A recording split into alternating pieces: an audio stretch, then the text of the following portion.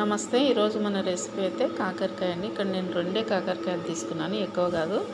ఎప్పట్లా కాకుండా ఎప్పుడు పులుసు అని, కర్రీ అని, టమాటో వేసి ఒక్కోసారి మంచిగా మసాలా వేసి ప్రిపేర్ చేస్తుంటాం కదా, అలా కాకుండా ఈరోజు కొంచెం డిఫరెంట్గా ఎక్కువ మసాలాలు ఏమీ లేకుండా ప్రిపేర్ చేస్తున్నాను. ఇలా చేసుకున్నా కానీ సాంబార్ సైడ్ డిష్గా చాలా బాగుంటుంది. పప్పు అంచు కూడా వేసుకుంటే చాలా బాగుంటుంది కాకరకాయ అయితే, తినడానికి కూడా.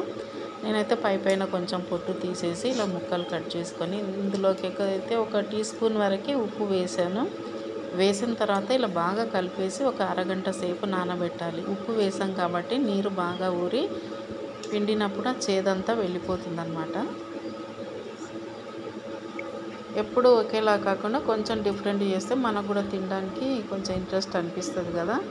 ఇలా చేసుకోండి. కాకరకాయ అంటే ఇష్టం లేని వాళ్ళు కూడా తింటారు. ఇప్పుడైతే ఈ ముక్కలు చూడండి, నీరు బాగా ఊరాయి. ఇదైతే ఒక గిన్నెలోకి పిండుతాను. ఆ చేదంతా పోతుందన్నమాట. ఎంత గ్రీన్ కలర్ ఉన్న కాకరకాయ అయినా కానీ ఇలా బాగా ఉప్పు వేసి పెట్టి పిండేస్తే కనుక చేదు మొత్తం కంప్లీట్గా వెళ్ళిపోతుంది. మొత్తాన్ని ఇలాగే పిండేసుకోవాలి. నీరు అనేది అస్సలు ఉండకూడదు పీసుల్లో. ఇలా మొత్తం పిండేసుకొని పక్కకు పెట్టుకోవాలి. ఇంక ఈ రసాన్ని అయితే పారబోస్తాను. గింజలు కూడా ఇందులోకి ఫ్రై చేసి వేసుకుంటే బాగుంటాయి అన్నమాట, క్రిస్పీగా. ఇంకా అంతే. ఇప్పుడు స్టవ్ మీద అయితే బాండీ పెట్టేసుకొని డీప్ ఫ్రైకి సరిపడా ఆయిల్ నేనైతే కొంచెమే ఆయిల్ వేసాను. మళ్ళీ కాలిన ఆయిల్ తినడం మంచిది కాదు కదా. అందులోనే ఒక చిటికెడు పసుపు వేసి ఇప్పుడు కాకరకాయ ముక్కలను వేసి మంటను మీడియం ఫ్లేమ్లో పెట్టి ఇలా ఎర్రగా ఫ్రై చేసుకోవాలి. ఇవైతే మామూలుగా ఇట్లా చేసి ఉప్పు కారం చల్లుకొని తిన్నా కానీ చాలా బాగుంటాయి అన్నంలోకి అయితే. ఇంకా మిగతా కాకరకాయ ముక్కలు కూడా కొన్ని వేసుకొని ఇలాగే ఫ్రై చేసుకోవాలి. నేను తీసుకున్న చిన్న కాకరకాయలు 2 అన్నమాట, ఎక్కువైతే కాదు. నేను ఒక్కదాన్నే తింటాను, ఎవరు తినరు కాబట్టి ఈ ప్రకారం చేసిన. ఇవి కూడా మళ్ళీ వేసుకొని క్రిస్పీగా అయిన తర్వాత తీసి వేసుకోవటమే 2 వైపులా కాల్చి. తర్వాత దీనికోసం అయితే ఒక మీడియం సైజు ఉల్లిపాయ కట్ చేసి పెట్టుకోవాలి సన్నగా. అలాగే ఒక గుప్పెడు కరివేపాకు తీసుకుంటే ఇందులోకి వేసుకోవటానికి చాలా టేస్టీగా ఉంటుంది.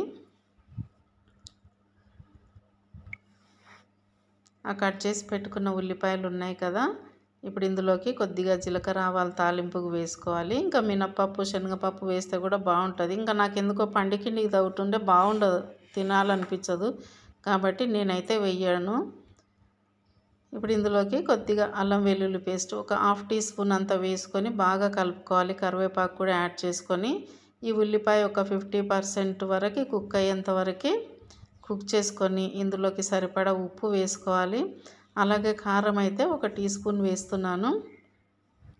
ఉప్పు మొదట్లో వేసాం కదా ముక్కలకి, అందులో కొంచెం ఉప్పుగా ఉండిపోతాయి కాబట్టి ఉప్పు చూసి వేసుకోవాలి. కారం వేసిన తర్వాత ఇలా ఒకసారి బాగా కలిపేసుకొని దీనికోసం అయితే ఒక 2 టీ స్పూన్ల వరకు శనగపిండి తీసుకున్నాను. శనగపిండి ప్లేస్లో మీరు పుట్నాల పిండి వేసినా బాగుంటుంది టేస్ట్ అయితే.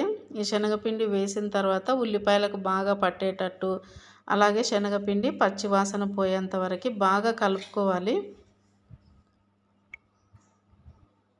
ఇంకా ఇందులోకి ఇష్టం ఉన్నవాళ్ళు ఒక సగం నిమ్మకాయ కూడా రసం పిండుకోవచ్చు, లేదంటే కొంచెం వినిగర్ వేసుకున్నా సరిపోతుంది పులుపు కావాలి అనుకునేవాళ్ళు.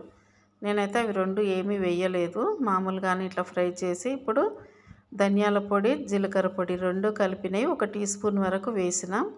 ఇది కూడా బాగా కలిసిపోయిన తర్వాత ఇప్పుడు ఫ్రై చేసి పెట్టుకున్న కాకరకాయ ముక్కలు ఉన్నాయి కదా, అవి కూడా ఇందులో యాడ్ చేసుకొని బాగా కలిపేసుకోవాలి మొత్తం కలిసిపోయేటట్టు. ఇంకా అంతే. కలిపేసుకున్న తర్వాత ఇంకో గిన్నెలకు తీసుకోవటమే. తినడానికి మాత్రం సూపర్ టేస్టీగా ఉంటుంది. ఇలా కూడా ఒకసారి ట్రై చేయండి. మరి ఎక్కువ మసాలాలు వేసి పులుసు కూర ఎప్పుడెప్పుడు చేసుకుంటాం కదా, ఇలా కూడా ఒకసారి చేస్తే బాగుంటుంది. Thank you.